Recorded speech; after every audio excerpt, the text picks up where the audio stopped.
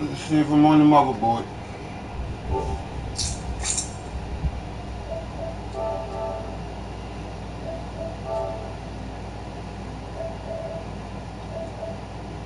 Well, I'm on the motherboard.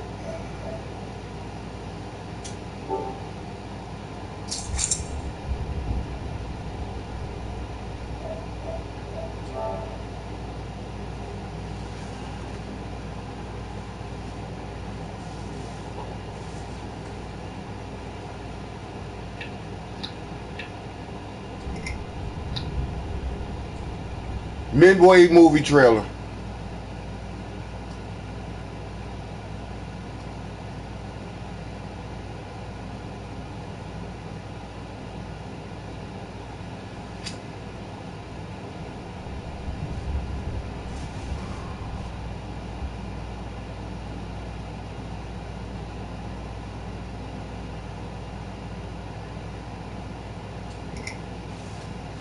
The Russell's travel to swim meets every Saturday. But now, it's Thursday. Good thing they discovered Gain Flings, the only detergent to concentrate.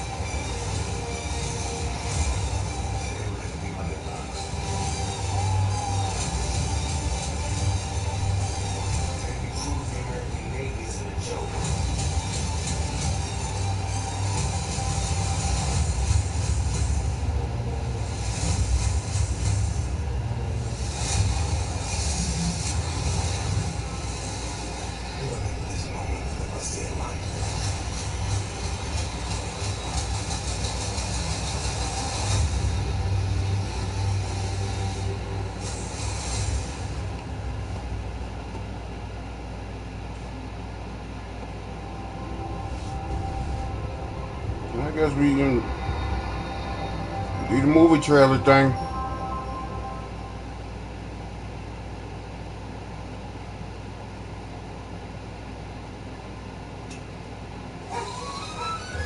Hold on, what was that?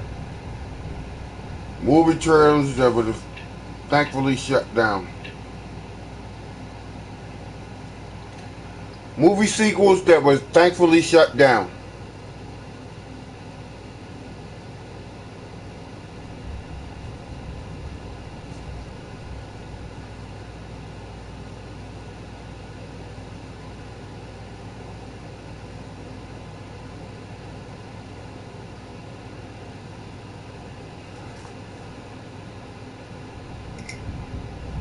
Long-lasting mosquito protection so you can keep doing movie. I don't own the rights to these videos. I'm just watching YouTube. Other people's shit. When film goers complain about the complete lack of creativity coming from the movie industry. Still, if there's one thing even worse than a lack of creativity, it's too much creativity. And Hollywood's history of insane, abandoned sequel ideas proves it. Since we're talking about planned sequels, be aware of spoilers for films you haven't seen yet. You'd think a franchise with 200 million years of backstory would have no problem coming up with plots. Nevertheless, the Jurassic Park franchise has been hyper-focused on bioengineered super dinos. The big bad in Jurassic World was the Indominus Rex, basically a T-Rex with various other dinosaur DNA, while Jurassic World Fallen Kingdom featured the Indoraptor, a raptor crossed with the Indominus Rex DNA. Believe it or not, it could have been a lot weirder. 2001's Jurassic Park 3 featured a low point in the whole franchise with a dream sequence that included a talking raptor.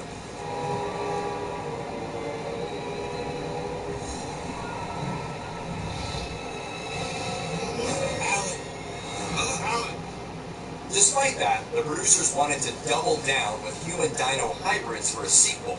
Yes, Jurassic Park turns into the island of Dr. Moreau.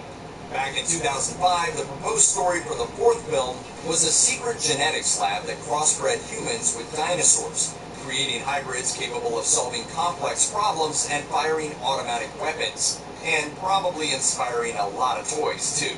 The idea got far enough along that a script was written and concept art was developed. Thankfully, the human-dino hybrids idea went extinct, but don't get too cozy. After all, to quote Dr. Ian Malcolm, life, finds a way. Longtime Ghostbusters buffs might already know that a potential third entry in the franchise would have found the blue-collar gang taking a trip down to the underworld to visit Satan's homestead. The name of this film is going to be Ghostbusters 3 Hell-Bent, though its version of Hell would not feature your standard lake of fire and molten brimstone.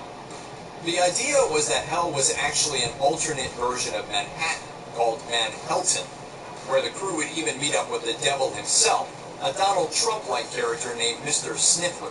While the Ghostbusters in Hell pitch is well known, what's less well known is that the idea actually goes back much further to the first film. In early drafts of the story, the Ghostbusters made it to the gates of Hell, which were even designed by concept artist and comic book legend Bernie Wrightson. He elaborated on the experience in a 2016 Kickstarter video. So I did a lot of drawings of those, which, never made it. I don't think they were in film, but, they never made it to the final movie. The original pitch for a third indie film, before Indiana Jones and the Last Crusade was finalized, was as crazy as its title, Indiana Jones and the Monkey King. The story was conceived by three of the greatest blockbuster minds ever, Steven Spielberg, George Lucas, and Home Alone director Chris Columbus. Columbus was hired to pen the script, which begins with Indy fighting a ghost in Scotland. Indy and friends are seeking the mythical city of the Monkey King, whose enchanted orchard contains fruit that will grant eternal life. In typical Indy movie fashion, he must fight Nazis along the way. In not-so-typical fashion, the Nazis have machine gun arms, and Indy's saved by tank-driving gorillas. Indy even rides a rhinoceros. It's pretty intense. Despite everything he's survived before, in this film, Indiana Jones actually dies, temporarily. Because he's pure of heart, Indy's brought back to life by the magical fruit of the Monkey King. Considering how insane the entire project sounds, we might have to consider ourselves lucky that we got Indiana Jones and the Crystal Skull instead.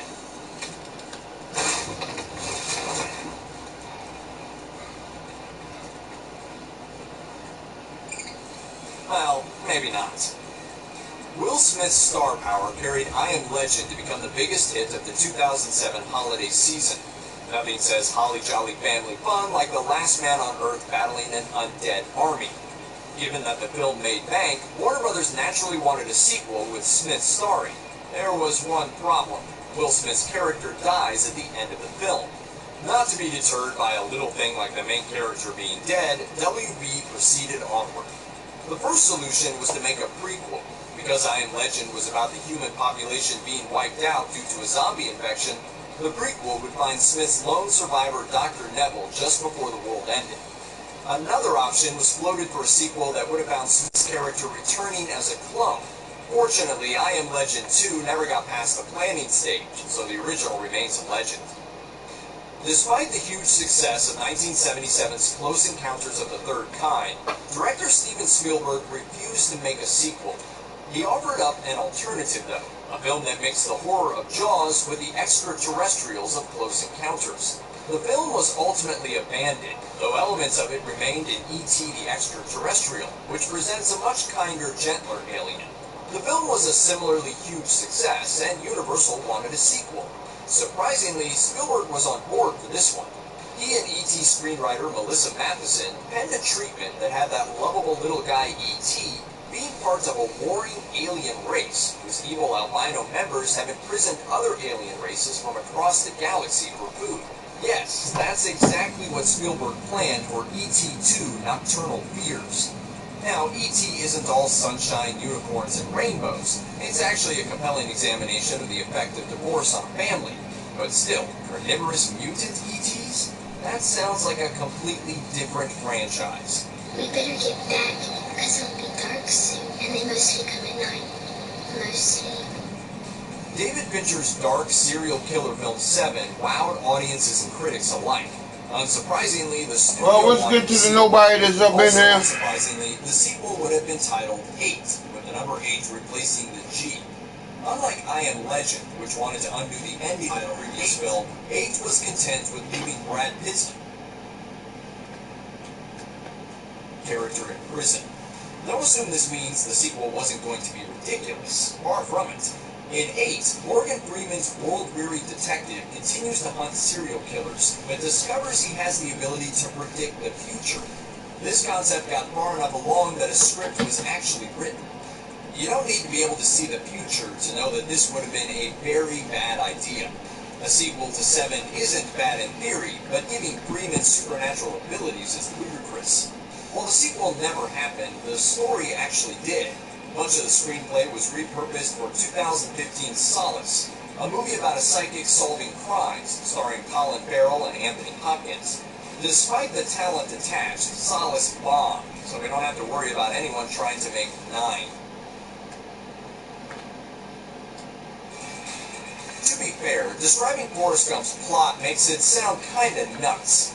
Tom Hanks plays a man with a 75 IQ who experiences almost every momentous event in American history between 1950 and 1981, from teaching Elvis to dance to calling the police during Watergate. Still, it worked enough that it won Best Picture and got Tom Hanks his second Oscar for Best Actor. Even with that primer, Forrest Gump 2 sounds genuinely insane. Where to begin? Well, Forrest goes broke and plays for the New Orleans Saints. He invents the formula for New Coke and also creates a power plant fueled by pig poop. He crashes the Exxon Valdez, rides in the back of O.J.'s Bronco, and works for NASA. There he befriends an orangutan named Sue, who joins him in Operation Desert Storm.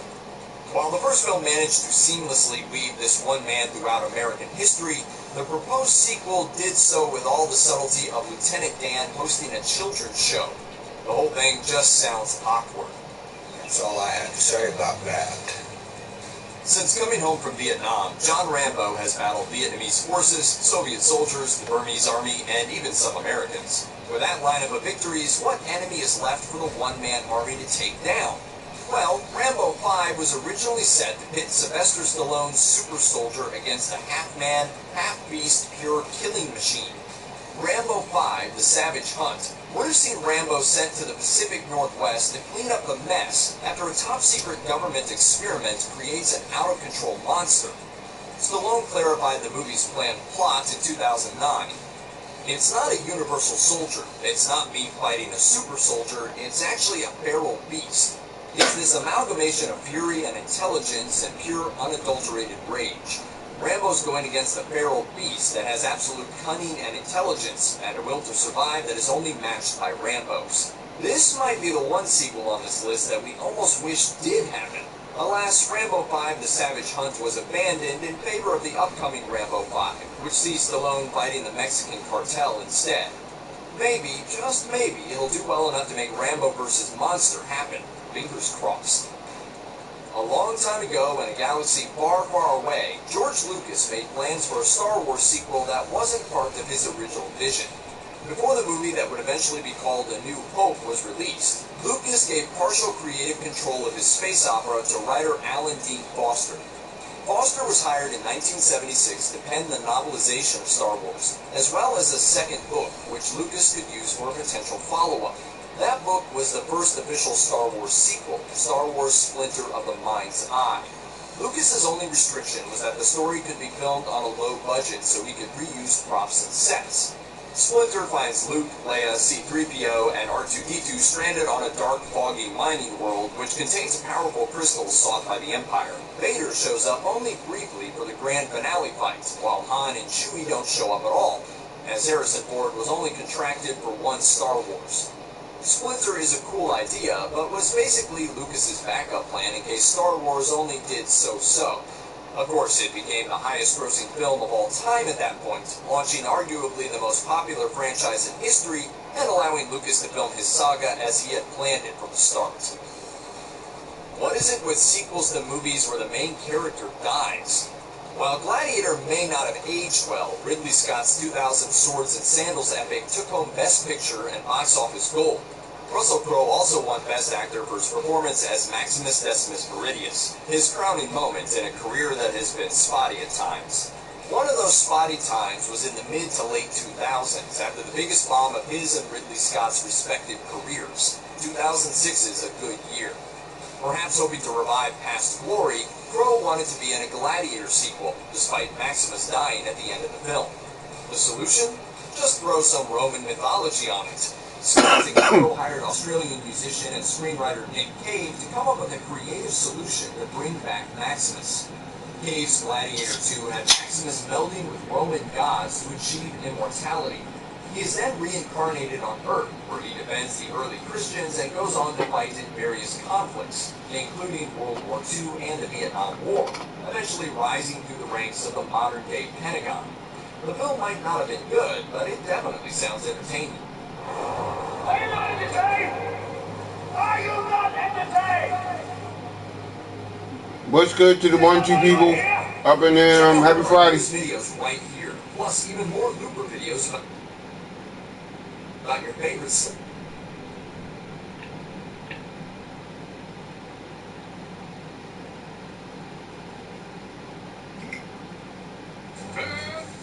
When ants invaded, tough moms act fast. Rain! Get Rain and get tough on ants. Rain, it's good to be tough. S.C. Johnson. 20th Century Fox intended to follow up the shimmering aliens debut in Fantastic Four: Rise of the Silver Surfer with his own solo film. They even hired Babylon 5 creator J. Michael Straczynski to write a script, with the film picking up moments after the end of the previous movie, after the Surfer had just defied Galactus to save Earth. Realizing that he'd angered his master by reneging on the whole Herald for the World Eater deal, the Surfer would race back to his homeworld, Zinla, to save it from Galactus' unholy appetite. According to Straczynski, the movie would also have flashback to Norrin Rath's origin story, telling his tale as a more serious adult story. Unfortunately, even though Straczynski and actor Doug Jones were game to move forward, the Fantastic Four sequel's reception wasn't quite so fantastic, so the project was fired into space. In retrospect, it's a little weird that the 2009 prequel, X-Men Origins Wolverine, wasn't simply titled Wolverine, but at the time, Fox wanted to launch a whole series of X prequels. According to David Boyer, the plan was for him to write and direct... And that's how they fucked up Deadpool. Magneto, a haunting depiction of how the young Jewish mutants survived the Nazi concentration camps. As the film came together, 20th Century Fox hit the pause button, wanting to wait and see how their Wolverine prequel did before calling to action. As it happens, X-Men Origins Wolverine became something of a setback for the series, so Boyer's movie never happened. Later on, as X-Men producer Lauren Schuler Donner pointed out, a huge amount of Magneto's origin story ended up sliding into X-Men First Class instead, rendering the original concept somewhat pointless. Magneto. Still, if there's any Marvel villain that can hold their own in a solo film, it's definitely him. Another thread that those amazing Spider-Man movies left dangling was the setup for the Sinister Six, the ultimate team of spider baddies, now likely destined for a future MCU Spidey movie. While the end of ASN2 hinted that the Six were going to roll up in Part 3, the reality is that Sony was setting them up for their own Sinister Six movie, with Cabin in the Woods maestro Drew Goddard at the helm. As conceived, Sinister Six was going to be a little like the movie Suicide Squad eventually became. The bad guys would have been the protagonists, although Goddard had no intentions of watering down their evilness. According to Sci-Fi, leaked details suggest that the movie would have seen the Sinister Six taking on a colossal cosmic monster named Dog, and that they'd travel down to the Savage Land, a mysterious dinosaur-filled hotspot in Antarctica. The team's lineup included Spidey's archenemy, Dr. Octopus, with Goddard hoping to see Matt Damon in the role, as well as Black Cat, Mysterio, the Vulture, and Tom Hardy as the Sandman. The final member of the Sinister Six would have been Spider-Man himself, presumably blackmailed somehow into joining the team. The movie was mostly focused on the dynamic between Spidey and Ock as they gradually turned from allies into lifelong foes. While Stephen Norrington's 1998 vampire flick Blade may have helped establish the struggling superhero genre and put its title character on the map, it's hard to imagine anyone thinking there had to be a prequel movie centered all around the movie's chief bad guy, Deacon Frost, except for Norrington himself apparently and Frost actor Stephen Dorff. A full decade after Blade was released, the duo were discussing the potential of a Deacon Frost movie. Stranger still, Dorff has since revealed that he and Norrington both wanted to make an entire vampire trilogy based around Frost, chronicling the character's origins with a Scarface-like tone. But in an interview with IO9, Dorff also explained that neither of them had much interest in doing a version tied to the Marvel Cinematic Universe, so this project is more than likely dead and buried. Though it took years of dedication and a little bit of studio wrangling for Ryan Reynolds to finally bring a comic book accurate Deadpool to life, his efforts have since paid off in spades. The Deadpool films have become smash hits, turning their wisecracking anti-hero into a pop culture icon. After Deadpool 2 introduced the characters of Cable and Domino to great aplomb, it seemed that the path was clear for a spin-off featuring the X-Force. Although a movie based around the Mutant Strike Squad has muddled around in development hell for years, with directors Jeff Wadlow and Joe Carnahan both attached at various points, the latest news was that Drew Goddard had taken the reins. Until Disney came along, that is. Oh, God. Can I get a drop in my ass?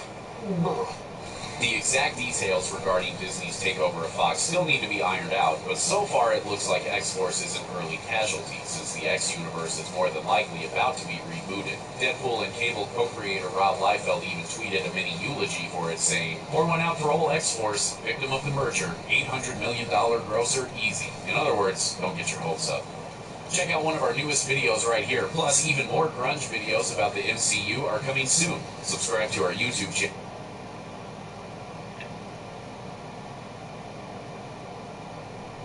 Let's see what they talking about here. Now, that's 3 years ago.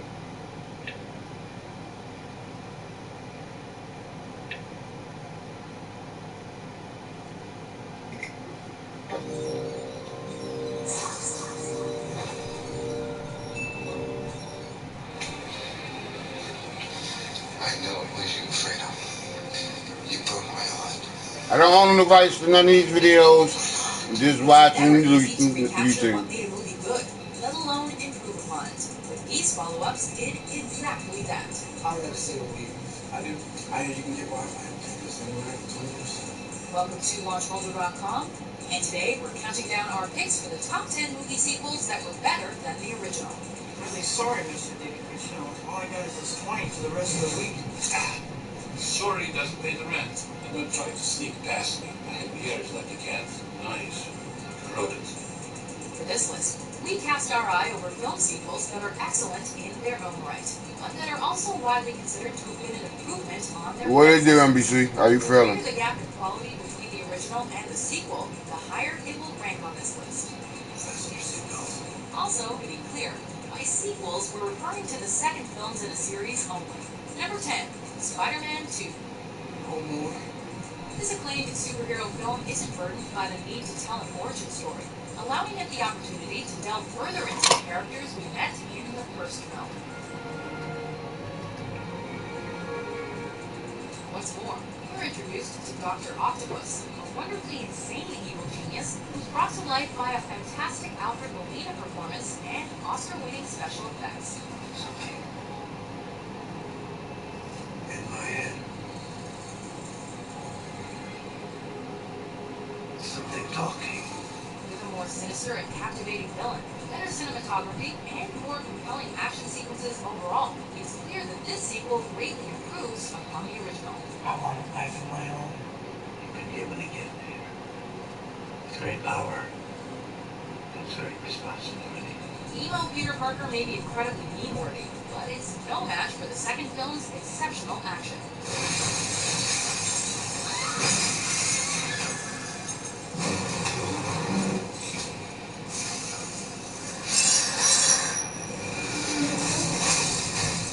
Number 9, Star Wars Episode 5, The Empire Strikes Back. No harm, no foul. New Hope received higher praise upon initial release. The second film in the original space opera trilogy has come to be accepted as the best one of the series over time. Alright, I'm gonna try. No. Try not.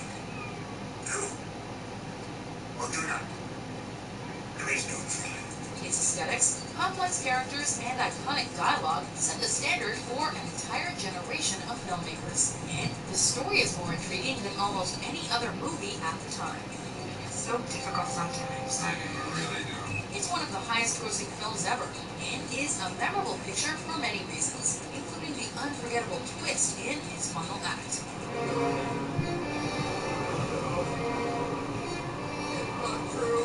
You're pretty sure you know what we're talking about, and that's because this film is simply inescapable.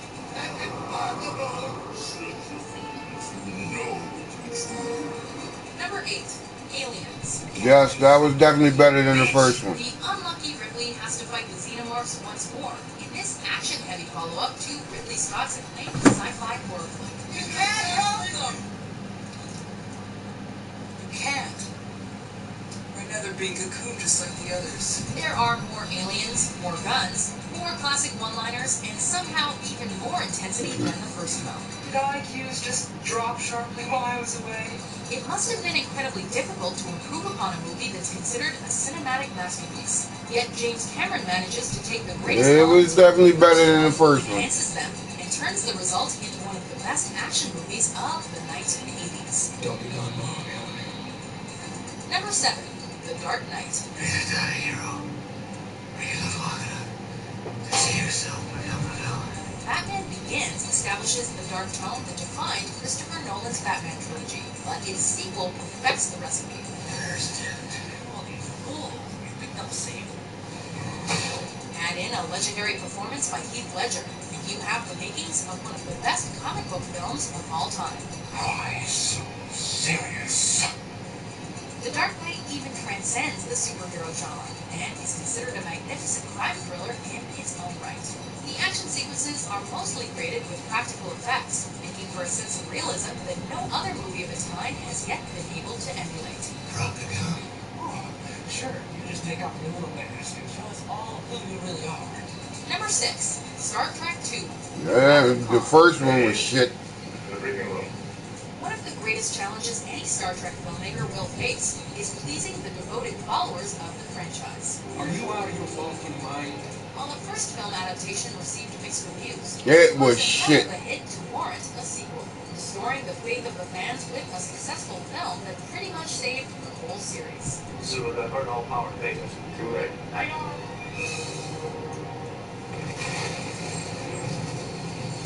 The story in Wrath of Khan is incredibly strong, epic even, as it brilliantly brings back the iconic characters and a memorable foe from the original TV series. There was a lot of pressure to right the wrongs of the previous attempt, but it does that and much more. Live long. Prosper. Number 5, Evil Dead 2, Dead by Dawn.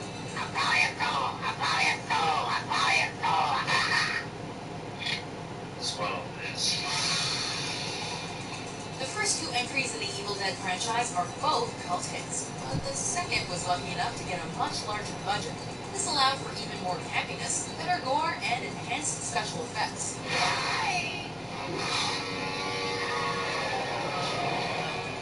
The sequel further transcends the original by adding in a ton of horror comedy that cemented Bruce Campbell's legendary B-movie status.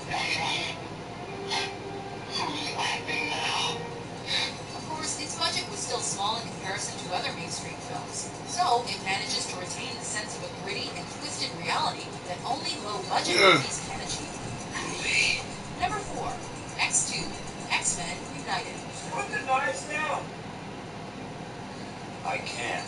An already large cast of superheroes gets even bigger, and this sequel has the plot to go with it.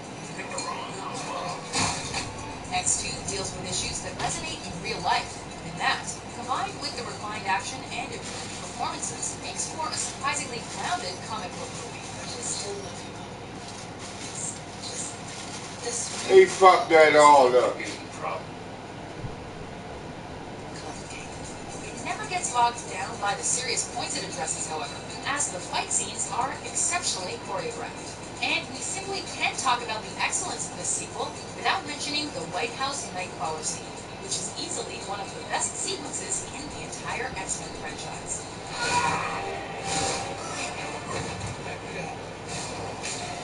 Number 3, Captain America, the Winter Soldier. Before we get started,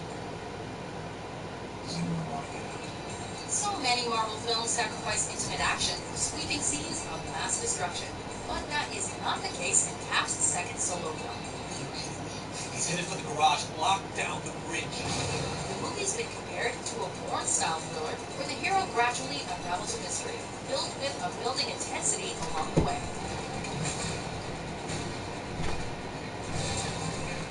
30 seconds, Cap. Unlike the first film, there's a greater emphasis on tight hand-to-hand combat that feels like a much better fit for the leader of the Avengers.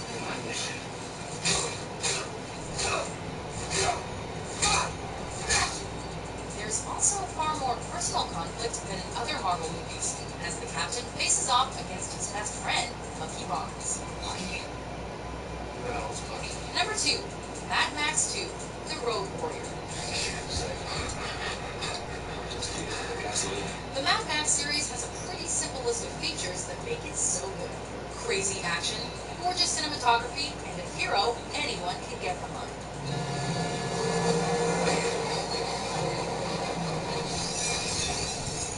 The sequel to the first movie has all of those elements in abundance, and takes the story beyond the simple detailing of the apocalypse. But nothing could stem the avalanche. Their world will crumble. The cities explode. It's an exciting ride, with action that keeps up its intensity for so long, it leaves moviegoers satisfyingly exhausted. Plus, it has one of the most exhilarating climaxes ever put on screen. It's been a pleasure doing business with you, but I'm leaving. Thank you. Before we reveal our number 1 pick, here are some honorable mentions. You say there's another way into Malden.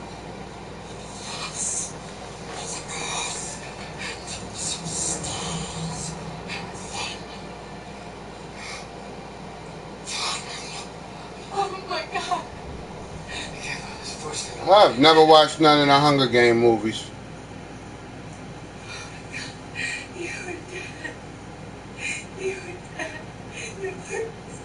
It's okay.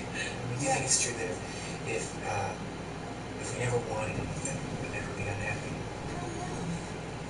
Not wanting anything, isn't that a symptom of depression? Yeah, that is, right? Number 1, Terminator 2, Judgment Day. Come with me if you want to live. Alright, I can agree with this. To take an already phenomenal picture and improve upon it in every way. T-1000 is the same files that I know. It knows what I know. But this is this move. I don't care if you guys stop. The first Terminator is essentially a stalking horror flick, but the second becomes more or less a definitive action film.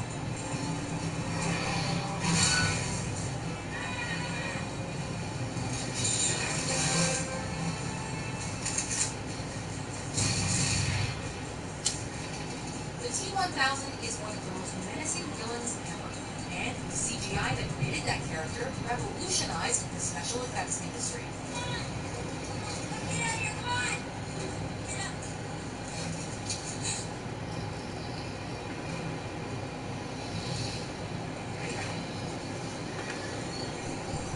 The film took home 4 Academy Awards, which was fitting recognition for a movie that managed to expand upon its predecessor's story, while also being a triumph in filmmaking. Plus, what other franchise could turn the original villain into the hero, and do it so convincingly? Rest our case. Hasta la vista, baby.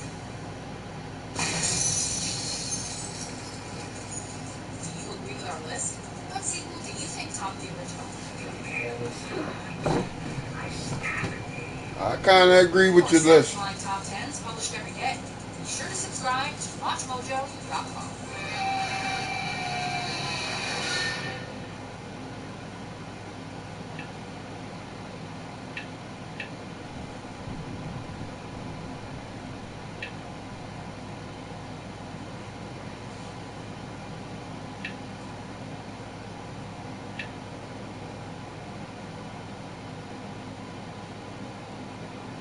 Oh, hell no.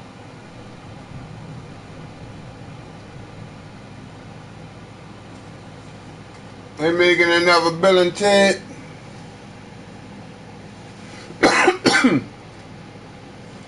Alright, let's see if I'm on the what's going on the motherboard.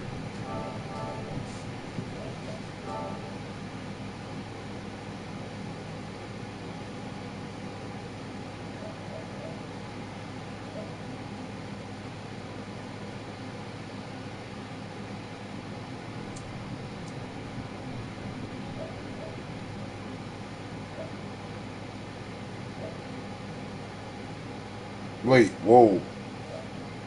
I'm not on here. Oh, there I'm going. I'm at the bottom.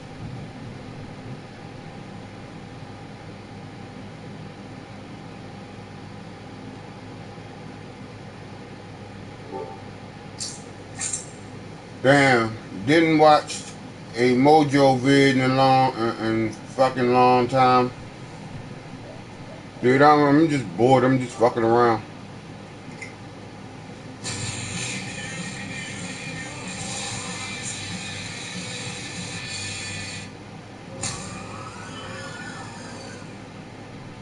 Good things come to those who wait, or so the saying goes. If Hollywood's tendency for belated sequels is anything to go by, though, bad things also come to those who wait. Bad things like Zoolander 2, Dumb and Dumber 2, and Independence Day Resurgence. Ugh, off-camera shudder. Most of the longest-awaited sequels were awful cash grabs by Disney as they sought to give new straight-to-DVD life to some of their oldest properties, and they weren't exactly famous for their quality. With a pair of iconic cinematic heroes about to hitch a ride through time in their phone booths some 30 years after their last adventure, though, let's look at the film sequels that took around the same time to come out. Because perhaps it's 30 that's the magic number. It's got 10 times the magic of 3, after all. Either way, I am the 30-year-old twin of Ash from What Culture, don't question the science, and these are 10 movie sequels that were 30 years in the making. 10. Star Wars The Force Awakens, 2015. 32 years, 207 days. While there was obviously a whole set of prequel trilogies, it took more than 3 decades for us to see a real continuation of the Skywalker saga in a bona fide sequel. And more importantly for some, this was the first opportunity to see a Star Wars film in 30 years that didn't have George Lucas rubbing his grubby hands all over it. More Jar Jar Binks is rolling in his grave. Despite all of the negativity around the new age of Star Wars from a certain, particularly vocal element of fans, The Force Awakens is a great addition to the saga. The new characters are interesting and generally pretty great. The storytelling is likewise fantastic, and it opened up this universe to a whole new generation of fans from all over the galaxy. Live long and prosper, Star Wars. Or something like that. 9. Mad Max Fury Road, 2015. 29 years, 309 days. Coming in at a slight under 30 years after Beyond Thunderdome, Fury Road was the result of a seriously long gestation period that began officially way back in 1998. 3 years after George Miller reacquired the rights to his truck-driving, post-apocalyptic baby covered in tattoos and chrome. Almost 20 years of active development in various forms is quite something. Miller's eye for aesthetic and somehow pulling beauty out of the most barren environments has never been as obvious as in Fury Road. And the decision to make the story more focused on Furiosa rather than Max was an inspired move, particularly as it meant a more enigmatic, largely silent performance by Tom Hardy. It's a shame we won't get a sequel right now, but in 30 years, maybe we just might. Hopefully it's another one that quite literally knocks the dust off an incredible franchise once more. 8. Halloween 2018. 39 years, 359 days. Cracking in at a little more than 30 years, the Halloween sequel we all deserved eventually came out just before the 40th anniversary of the original. In a bold move, it also chose to ignore all of the sequels to the original, which was smart because even some of the most ardent franchise fans do the same too. Heavy on nostalgia and clever enough to recognise what made the original so iconic, the film has breathed new life into the Halloween brand once more. For anyone forced to enjoy the sequels and even the remakes, there is no question of whether it was worth it. The film added something that had been missing from the franchise from the moment the studio realised they could turn it into a money spinner. Some actual care for the material. Instead of just being a mindless monstrosity in the vein of those other sequels, it feels more like a celebration that builds on the mythology of Michael Myers and gives us characters to actually care about. Long may the revival continue. 7. The Wicker Tree, 2011. 37 years, 222 days. The Wicker Tree's status as a sequel is somewhat up for debate, but there's no denying the fact that it exists in the same sort of philosophical universe as the original, and that it consciously sought to explore the same areas. And had it been far more successful than it ended up being, there is no doubt it would have been branded a continuation. The cool was good, fool. In the same sense that the Cloverfield Paradox is a sequel to 10 Cloverfield Lane. Sadly, the belated addition to the franchise is actually markedly worse than the Nick Cage starring remake, which is impressive going, frankly. Those bees still haunt us all. 6. The Odd Couple 2, 1998. Just in here watching some YouTube videos. Normally, with sequels that take this long to come to fruition, at least one of the main cast has fallen away in some way. The Odd Couple 2, released almost 3 decades after the original, is impressive in that respect because all of the leads return. Reuniting Jack Lemmon as Felix Unger and Walter Matthau as Oscar Madison, it sought to recapture their own cinematic magic together long after Hollywood had stopped making this kind of film. Unfortunately, all this sequel does is add an unfortunate black mark to the late careers of Lemmon and Matthau, who are both infinitely better than their material. It's dull and unfunny and never once justifies its own existence. Though I guess that makes the Odd Couple movies in themselves an odd couple though, since one is good and one is bad, so it's meta at the very least. 5. The Blackbird, 1975. 34 years, 83 days. The Maltese Falcon is one of the greatest, if not the very best, film noirs ever made. And Humphrey Bogart's Sam Spade is easily one of the coolest protagonists. Without him, we wouldn't have anti-heroes like Han Solo, so him a lot in the long run. There had been plans to make an immediate sequel to the original in 1942, but director John Huston's high demand as a director and the lack of availability for the cast meant that it didn't go ahead. Instead, more than 30 years later, we got a satirical sequel in the... What up, boys? I can't complain. I'm just sitting there like it's watching YouTube videos. George Segal playing Sam Spade in place of Bogart, and producer Ray Starr. It's a little too sentimental and misses the tone of the original, even while affectionately paying homage to it at times. But it does feature the greatest dying words of all time: it's black and as long as your arm. Ooh. 4. The Jungle Book 2, 2003. 35 years, 119 days. For a good while there, Disney sold way too much merit. Since I can't really like show movies or nothing like that, I can show clips. Some are okay, but the majority weren't fit to carry on the Disney name, nor to continue the legacy of the films they sought to overextend. In that context, the release of a belated Jungle Book sequel wasn't exactly well heralded. Oddly, it didn't even seek to use Rudyard Kipling's The Second Jungle Book as its source material. It's only really for Disney completionists. It does have some good vocal talent behind it, thanks to Haley Joel Osment, John Goodman, Mae Whitman, and Phil Collins, but the animation is what you would expect of a cynical, straight-to-DVD cash-in sequel, even though it was actually released to cinemas, surprisingly. The plot is so similar to the original that you might as well just go back and watch that again, honestly. 3. The Birds 2 Land's End, 1994. 30 years, 351 days. If the sequels to Psycho are anything to go by, everyone should just avoid trying to follow up anything Alfred Hitchcock ever made. Likewise, anyone seeking to remake his work or to just give up before they start, it doesn't work well, and we all feel awkward and bad in the process. Still, you have to admire the attempt. And there was something to be said about the universal appeal of evil birds attacking people. If you were scared of that once, it is not like the birds have changed their fundamental behaviour since the 1960s, so... Feeling bummed. A good friend of mine's been missing for a month, and they found his Jeep and dog. They found his Jeep and dog in the Jeep. Happily cast in a new role entirely, publicly stated in 2002 that it was a horrible embarrassment. Sorry to me, it is very hard not to agree. 2. Tron Legacy 2010. 28 years, 162 days. Despite how inherently tied to the 1980s Tron was, the idea of a VR world had far more relevance to modern audiences, so it was inevitable we'd see a continuation of the story sooner or later. That continuation came that's really messed up. Reuniting Jeff Bridges and Bruce Bonsleitner. We went back to the grid, and what we found there was very different to the world we'd seen 3 decades ago.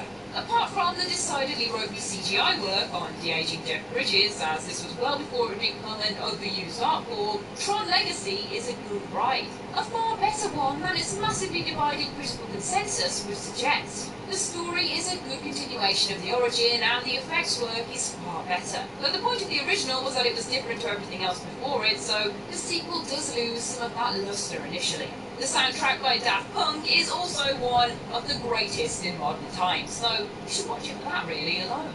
1. Bill and Ted Face the Music 2020. 29 years, 33 days. Next year, Keanu Reeves and Alex Winter will return for a 3rd chapter in the Bill and Ted franchise to remind us to all be excellent to one another. And thankfully, Ed Sullivan says it's absolutely not just a soulless cash grab. And I quote, "This is not, hey, let's all cash in on the Bill and Ted thing for money. This is the opposite." I sent a tweet out trying to get John Walsh to help. Everyone in my hometown is heartbroken. He's a very good person.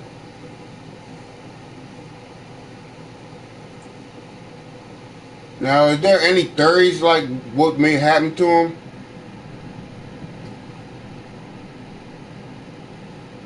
Then again, I mean, it may be, if you don't want to talk about it, you ain't got to talk about it.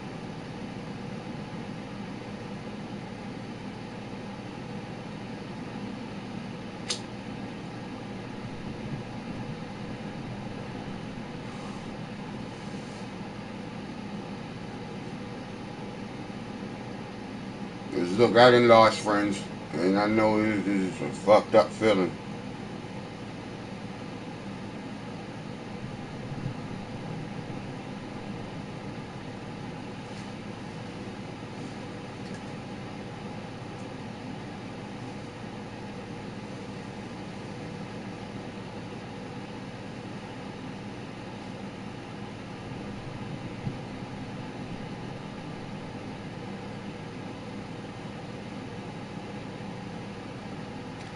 I'm not even going to speculate, dude.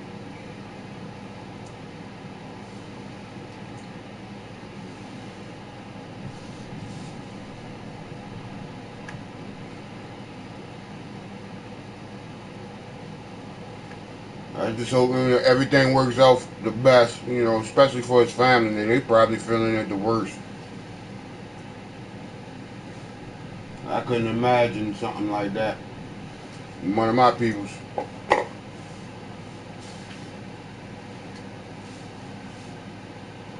This is we look.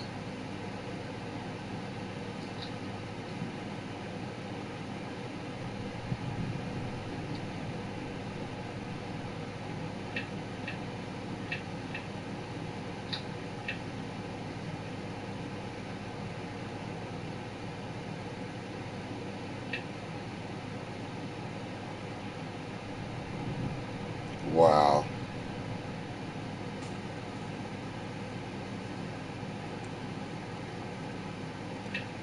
Now this is the YouTuber I was talking about. He has some mental illness issues, and they found his body in the East River.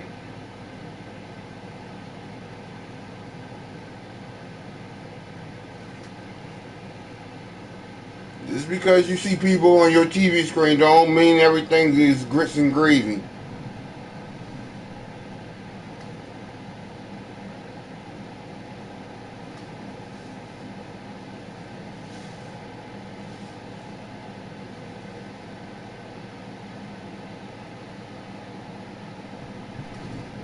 You never know what the fuck is going on behind the scenes.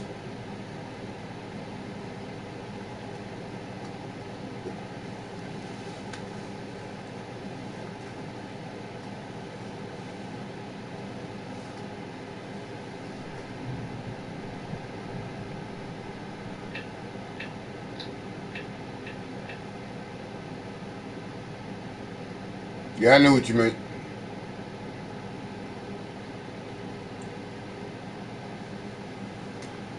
I knew what you meant, though.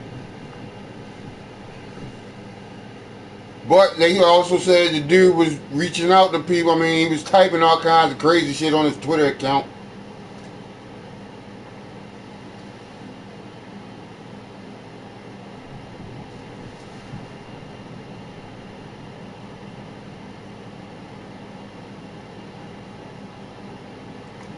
Like I said, just because they're a famous YouTuber, don't mean everything is everything that glitters is gold.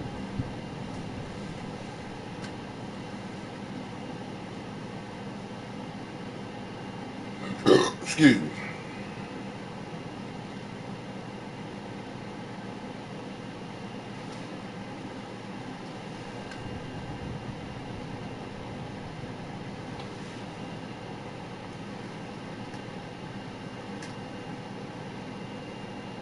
I mean, you got some YouTubers get on here and lie every time they get on a motherfucking stream. It is what it is.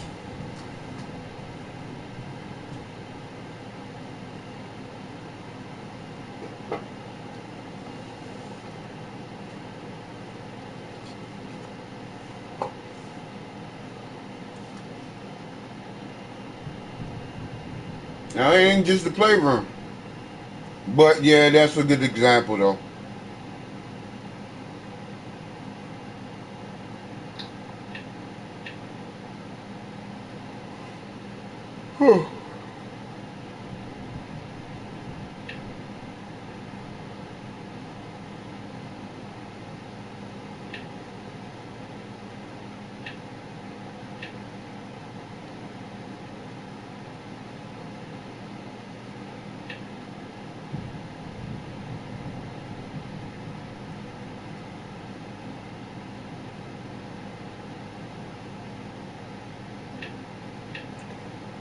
A very good example.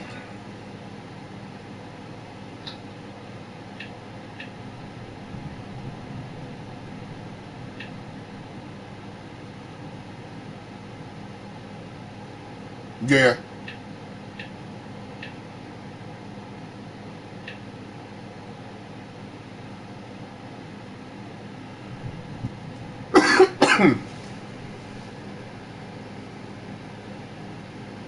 Two PS4 Pros to be exact. The one is the limited edition Star Wars joint.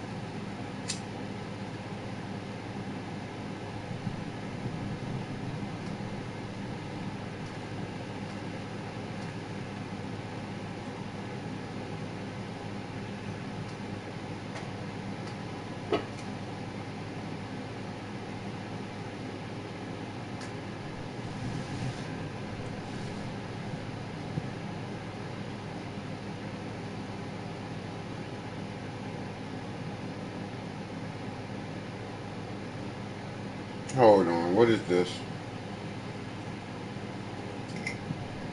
There was an idea to bring together a group of remarkable people. So when they needed us, we could fight the battles that they never could. Guys, I mean, Everyone is strongly visible. that's an option.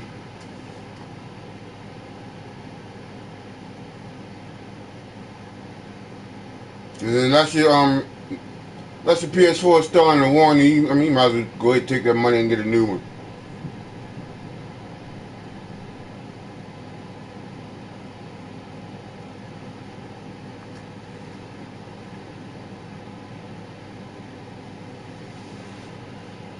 Oh, and that's another thing. I always buy extended warranties.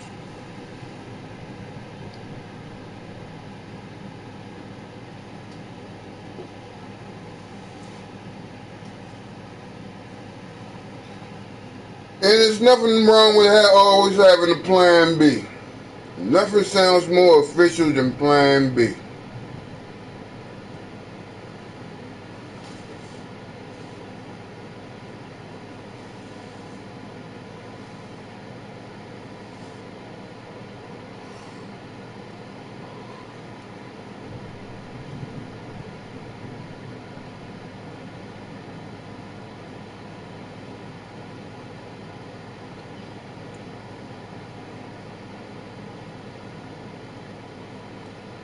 Look, when I had the original PS4, and when that bitch started sounding like a jet about to crash, I traded that motherfucker in and got me another one. That's when I got the Destiny PS4. When that bitch started like a plane about to crash, that's when I traded it on the Pro.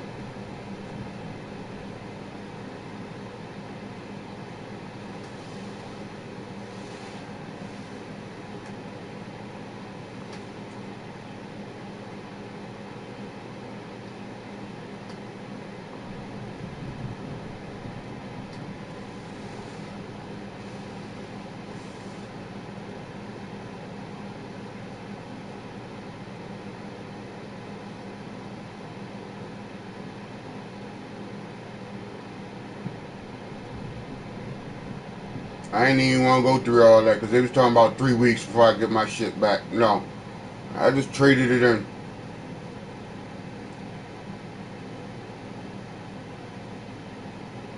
And that's another thing.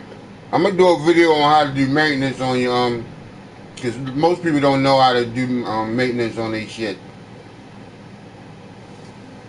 You gotta keep them vents and fans clean.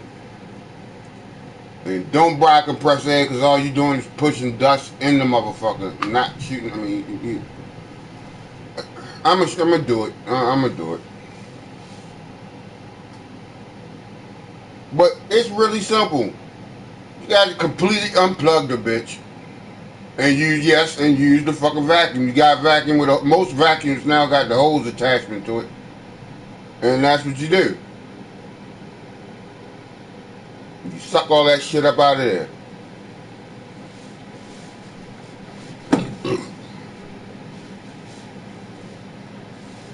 Especially if you smoke.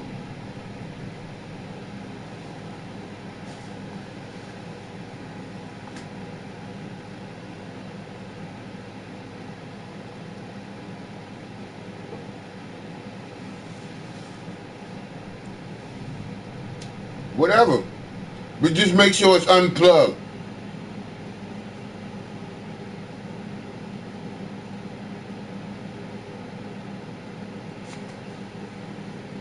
You don't want to fry your shit by mistake.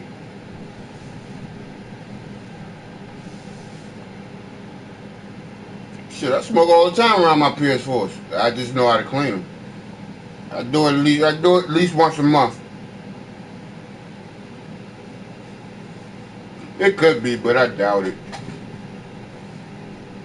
Most of the first gen PS4s didn't really last that long.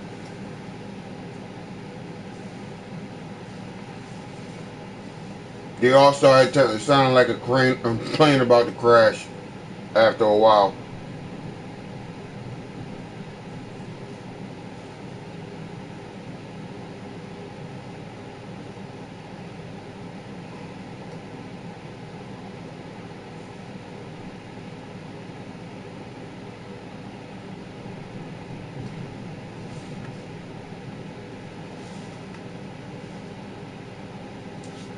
I'm running the bathroom. Excuse me one second, 1 minute. Popular in the news that Taskmaster seems like he's going to be the villain, or one of the villains of Black Widow. They just cast another person, Ray Winstone, who's probably going to be a Russian general, who will be one of the other villains in the movie.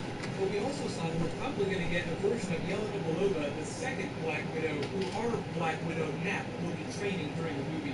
Luckily, there's a lot of deleted scenes and moments that they've had in previous Marvel films that have addressed what's going on in this movie, so we'll play some of those deleted scenes later in this video too. If you're new to the channel, be sure to subscribe to get all the Marvel videos. We're going to get Spider-Man Far From Home next week. There's a few round of that IMAX ticket giveaway too. All you have to do to enter is be a subscriber and leave an Avengers or Spider-Man comment on the video. The whole big thing with Taskmaster is he was almost part of a live-action series. If you remember, there was an Agents of S.H.I.E.L.D. spin-off called Most Wanted with Hunter and Adrian Palicki's Mockingbird character. The network wound up passing after they saw the pilot. Apparently, they just didn't want to go in whatever direction the show was going. But Taskmaster was supposed to be a big character on that TV show. If you're not really familiar with the character, I'll do a quick rundown about how his powers work, but you may remember him more recently from the Spider-Man PS4 game. These are a couple of the scenes with some of the dialogue that he appeared in. You were on my neighbor's porch for Halloween. Name's Taskmaster, and you're about to get taken to school. I am a photo-reflective memory. Anything I see you do, I can do. I've got something to do with the Avengers. If you know my moves, you know I'm gonna wreck you. Surprise me if you can. What about Taskmaster? Why are you stalking me? An organization hired me to see if you were worth recruiting.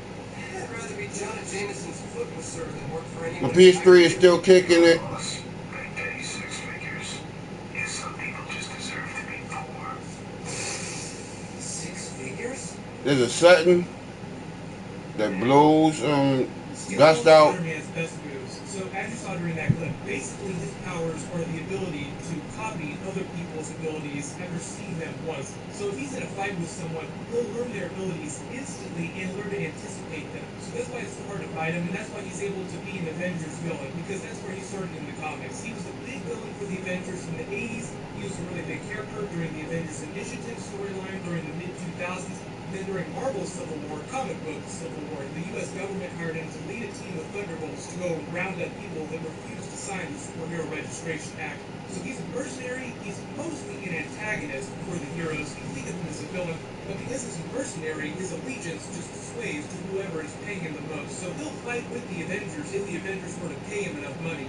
Just to be clear though, he's not enhanced, he doesn't have special powers. You can think of his ability as a special power, but he's not special in the way that Scarlet Witch is special. Like she's a mutant in the comics, but she's also called enhanced in the MCU. Although there have been some source quotes that calls her a mutant inside the MCU. She's a mutant. Her father was Magneto. He's appeared in a couple different animated series, and for the most part, they try to stay accurate to the skull-looking mask in his comic book costume. This is the version that it looks like the movie's going to go with without any special effects added or color correction. Definitely looks Alright, dude. like the skull mask that he's wearing in the cloak. Obviously, this scene is him riding in a tank. It seems like he's probably been hired by whoever the main villain of the movie is going to be, so he'll be sort of the mid-bad. Even though if you're a big comic book fan, you'll recognize that Yelena Belova was one of the bigger Black Widow villains in the comics. When she graduated from the Red Room, they sent her to the task of tracking down Natasha Romanoff, killing her, and taking her mantle and becoming the new Black Widow. So blonde Black Widow. It makes me wonder if that's why they made Natasha blonde during Infinity War, just to get us used to the idea of a blonde Black Widow. But as you can see, the character in this movie is way younger, and even though there might be some Easter eggs for their fights during the comics, eventually in the comics they wound up working together and becoming friends. Right now, all we know about the timeline of the movie is that Sebastian Stan said that it's supposed to take place between Captain America's Civil War and the events of Infinity War. There's this whole 2-year period of history that we don't know about when Captain America was running around the world with the Secret Avengers. We know a little bit about them taking down arms dealers. But Black Widow also spent a lot of time in Eastern Europe. It seems like that's what this series will cover, including very familiar place, Budapest. So guess where the Black Widow set designer was just spotted taking pictures and where the movie was spotted filming? In Budapest. So even if they don't answer every single Budapest reference that's been made, it sounds like they'll explain at least a little bit of what happened in Budapest, quote unquote. There have been 5 different references in 5 different big Marvel movies to Budapest. These are all those scenes. Some of them are from deleted scenes. There was even a Budapest reference during Spider-Man Homecoming, if you can believe it.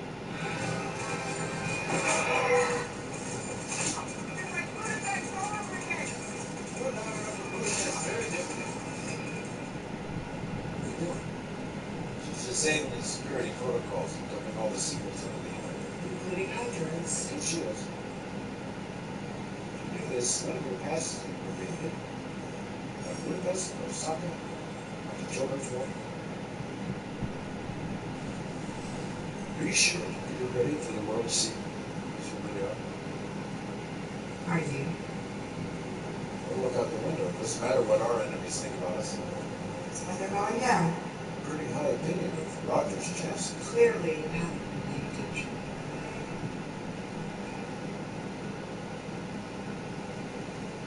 I don't own the rights to these videos. Thought it when I knew was gone. I found out she was alive. I was just lucky to have her. She had you back too.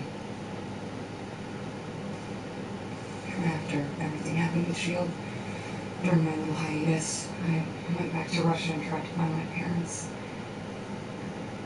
Two little gravestones by a chain link fence. I pulled some weeds and left some flowers. We have what we have when we have it.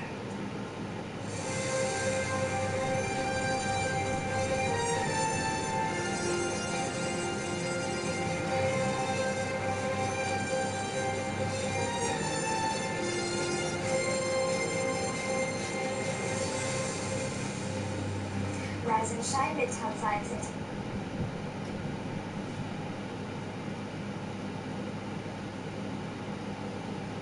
Damn YouTube not loading on my end. Why is it not loading?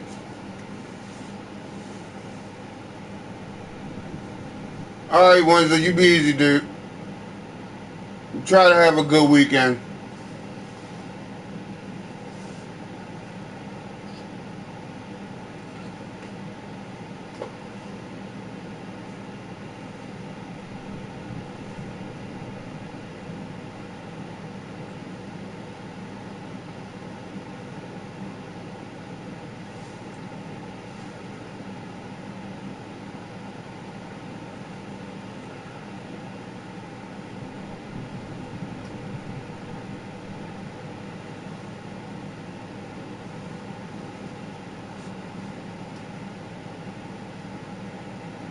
I'm about to jump. I've been on here an hour or so.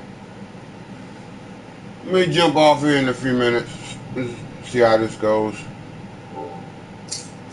And my controller's about to die too.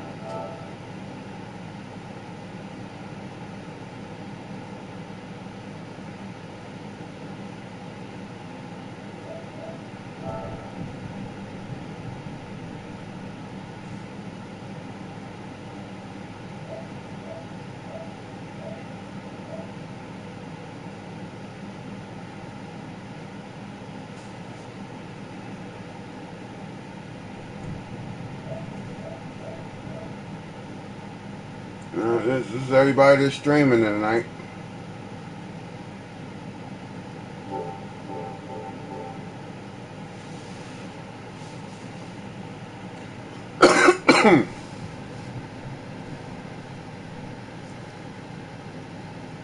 And this is the time of evening when I start thinking about food.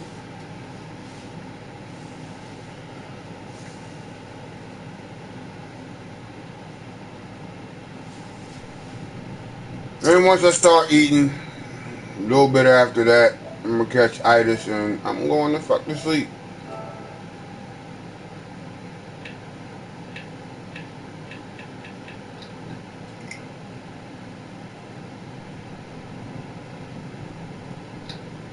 Alright, y'all need to check this video. I mean, this shit is funny.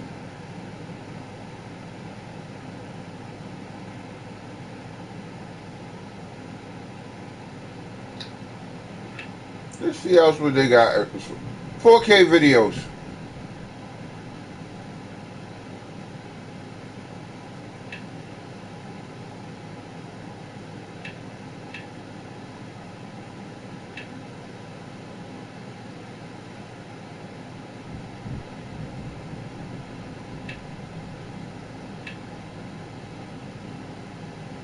We do not have 7 hours.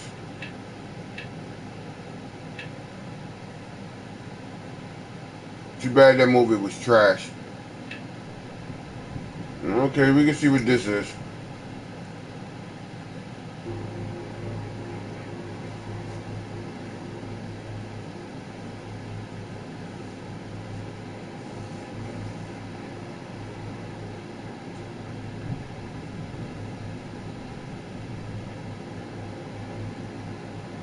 I ain't gonna front. I would sit there right there at that beach and smoke a big ass blunt.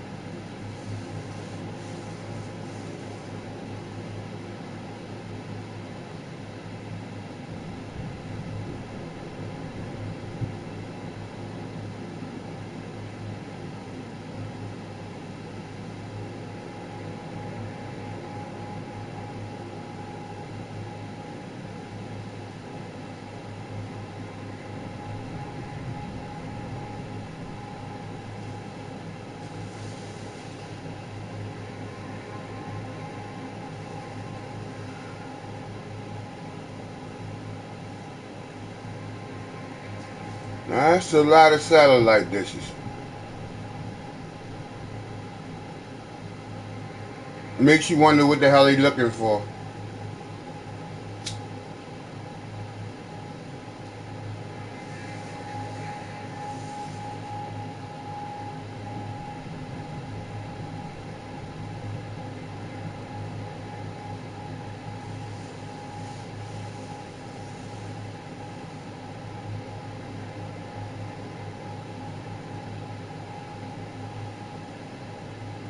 Oh, look, you stole the scene from Gladiator.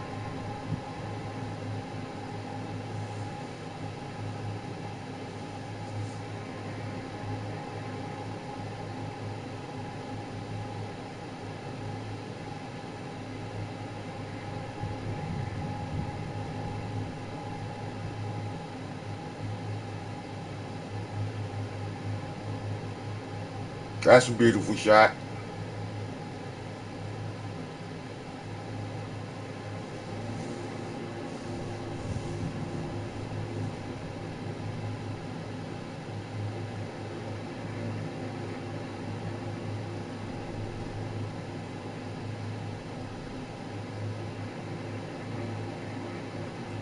I wonder how much a 4K camera costs.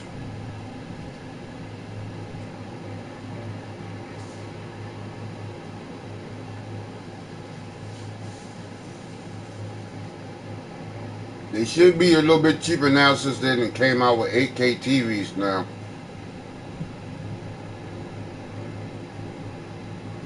Yeah, I said it. They got 8K. Samsung dropped the 8K TV.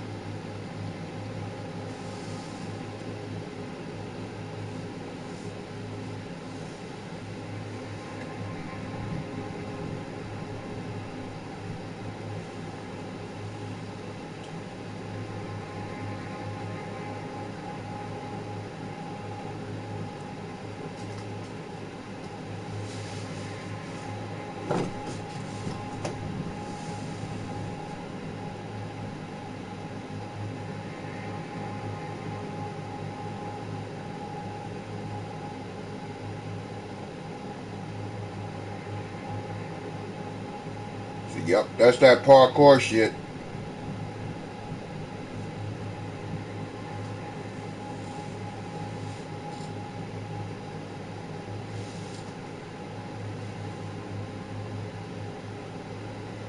All right, folks.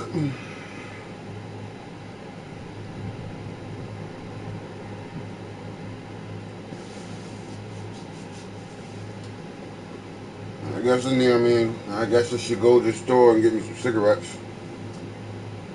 Probably grab a couple beers. Just since I'm there.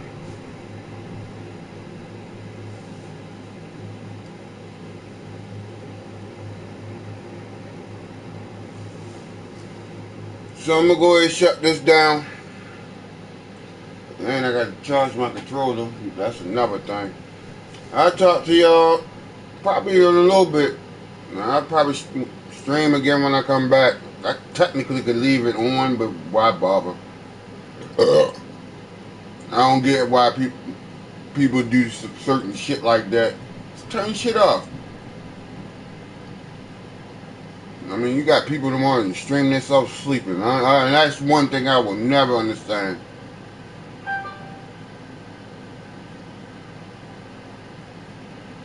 But y'all be easy. Y'all have a good one. I'll talk to y'all in probably about half an hour or so.